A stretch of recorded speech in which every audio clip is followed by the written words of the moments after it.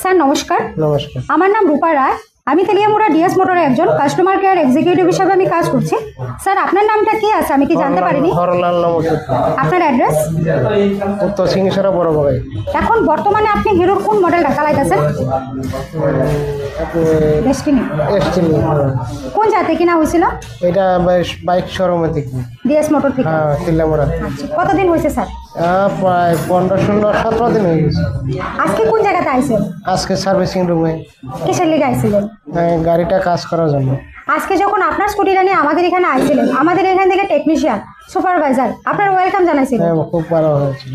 যে কাজটার জন্য আজকে আইছেন সেই কাজটা কমপ্লিট হয়েছে না?